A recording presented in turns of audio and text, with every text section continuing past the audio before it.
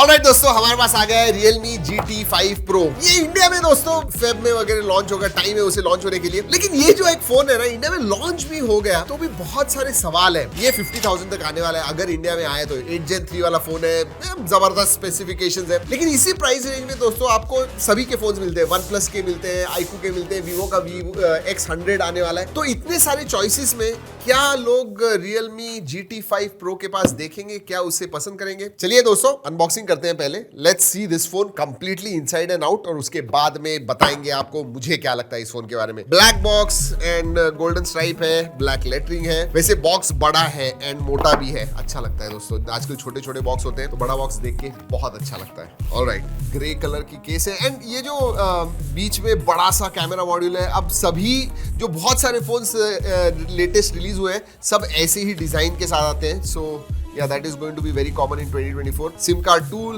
documentation. This is the phone. hefty लग रहा है हाथ में, जैसे OnePlus 12 था वैसे ही कुछ फील आ रहा है मुझे। 100 वॉट का चार्जर आता है, so that's good. And USB Type A to Type C charging cable है। So that's about it in the box. Let's keep this aside. देखते हैं फोन के पास। वो जो बड़ा कैमरा मॉड्यूल है ना, उसकी वजह से फोन आजकल फ्लैट नहीं रहते हैं। जब भी आप फोन टेबल पे रखते हो या कहीं पे भी रखते हो, वो वॉबल होते हैं वो डेफिनेटली। वेगन लेदर डिजाइन है दोस्तों, वो लुक्स ब्यूटीफुल।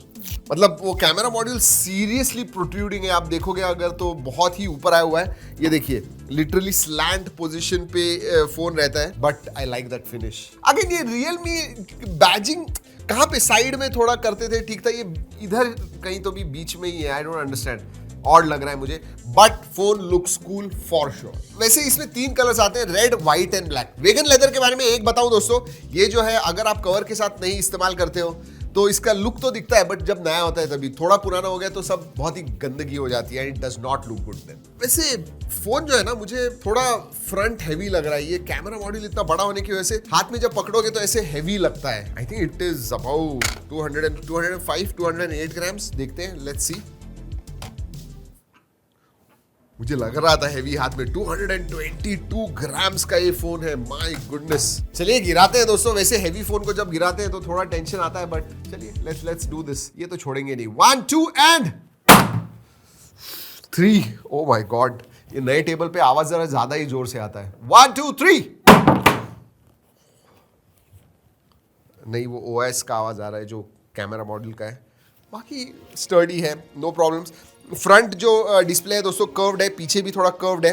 एंड फ्रेम जो है दैट इज मेटल फ्रेम। अगर पोर्ट्स एंड बटन्स के बारे में बात करूं तो नीचे सिम कार्ड ट्रे आता है, microphone USB Type C, right hand side में power on off button, volume rocker. Alright, ऊपर की तरफ 3 चीजें हैं दोस्तों। जी हाँ, एक तो नॉइस कैंसलिंग माइक्रोफोन है, IR ब्लास्टर है, and then you also have a speaker grill. Left hand side में कुछ भी नहीं है। अगर मैं सिम कार्ड ट्रे के बारे में बात करूं, ऑब्वियसली इट विल हैव कितने बार ऐसे होता है। अभी मैंने गलती से दोस्तों ये जो माइक्रोफोन है उसमें डाल दिया, एंड मैं बोल रहा था कि भाई क्यों नहीं खुल रहा है। आपके साथ होता है कभी ऐसे? मेरे साथ तो बहुत बार होता है। Okay, dual sim card slot है, सो या no SD card slot, and that was expected. चलिए time to start the phone. अंदर से देखते हैं, बाहर से तो देख लिया है। लुक्स गुड, इतना मैं कहूंगा, but it's on the heavier side, bigger side. Alright, look at that display. Bezels पतले होते जा रहे हैं। 2024 में बहुत सारे फोन्स आने वाले हैं जिनमें बहुत ही कम बेजल होगा, और उसमें से ये एक है। साइड के बेजल्स क्योंकि कर्व डिस्प्ले है तो बिल्कुल भी नहीं दिखता है। ऊपर का बेजल, नीचे का चिन पतला है। 94% के ऊपर स्क्रीन टू बॉडी रेशियो है। और डिस्प्ले के बारे में बात करूं, 6.78 इंच का 1.5K का 144 हर्ट्ज फास्ट रिफ्रेश रेट वाला HDR10+ सपोर्ट करने वाला 4500 निट्स पीक ब्राइटनेस वाला ये डिस्प्ले है। जी हाँ, डिस्प्ले बहुत ही अच्छा है, curve display, looks very good. अगर स्पेसिफिकेशंस के बारे में बात करूं, लेटेस्ट एंड ग्रेटेस्ट 8 Gen 3 पे आता है। इसमें 4 अलग अलग वेरिएंट्स है। Base variant 12GB RAM and 256GB storage है। LPDDR5X रैम टाइप है। UFS 4.0 स्टोरेज टाइप आता है। 5400 mAh की बैटरी है। हाँ, बड़ी बैटरी है और उसकी वजह से हैवी भी है।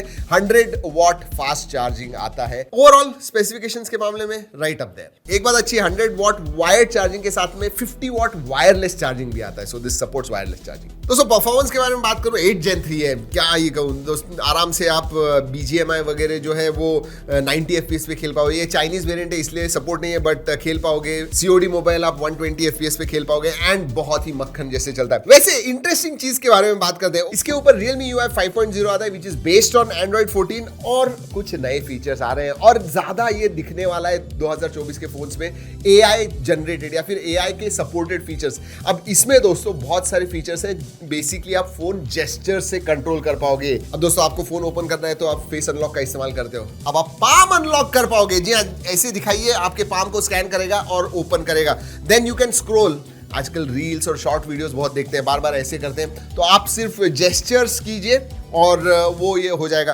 पिंच करते हो तो रिसेंट एप्स वगैरह जो है वो आते हैं। ऐसे अलग अलग 12 जेस्चर्स हैं जिससे आप फोन को कंट्रोल कर पाओगे। बट एक बात कहूँ, हमने ट्राई किया दोस्तों एंड अबाउट 50-60% टाइम्स काम करता है, दूसरे टाइम पे थोड़ा मुश्किल जाता है। So it is still new, but हाँ आ गए एंड यूनिक फीचर्स है, थोड़ा मैं कहूँगा मैजिकल है। हाथ के जेस्चर से पूरा फोन सपोर्ट करना, वाह। वैसे OS के बारे में और बात करूँ तो ये चाइनीज वेरिएंट है, बहुत सारे ब्लोटवेयर्स वगैरह होते हैं, तो इधर आने के बाद पता नहीं क्या होने वाला है and Realme needs to take care of that is for sure. और कनेक्टिविटी के मामले में दोस्तों सभी है, Wi-Fi 7 है, 5G सब बैंड आएंगे, जब इंडिया में आएंगे तो बताएंगे, बट 5G सपोर्टेड है, NFC का सपोर्ट आता है, Bluetooth 5.4 है, so all connectivity options are there. वैसे आपको बता दूं IP सर्टिफिकेशन भी आता है, IP64 सर्टिफिकेशन। सेंसर्स सभी आते हैं, या इन डिस्प्ले फिंगरप्रिंट सेंसर है, जैसे मैंने कहा फेस अनलॉक के साथ पाम अनलॉक वगैरह भी है, so all sensors are also there. और हाँ, पोर्ट USB Type-C पोर्ट जो है दोस्तों, ये USB 3.2 है Gen 1, तो आपको थ्रूपुट जो है, डेटा थ्रूपुट 10 Gbps का मिलता है। Yes, this is very important for जो स्ट्रीम वगैरह करते हैं, गेमिंग वगैरह करते हैं ना, उनके लिए बहुत इंपॉर्टेंट है, so that is there. Multimedia excellent immersive display, जबरदस्त कलर्स है, व्यूइंग एंगल जबरदस्त है, वीडियो व्यूइंग एक्सपीरियंस आपका जबरदस्त होने वाला है। और हाँ, Dolby Atmos supported dual stereo speakers आते हैं, so multimedia experience absolutely top notch. Alright, camera के बारे में बात करते हैं दोस्तों। वैसे इसमें पेरिस्कोप सेंसर आता है और वो भी सोनी का IMX 890 सेंसर आता है पेरिस्कोप के लिए, जो इस्तेमाल करता है, जो आपको 3x ऑप्टिकल जूम देता है।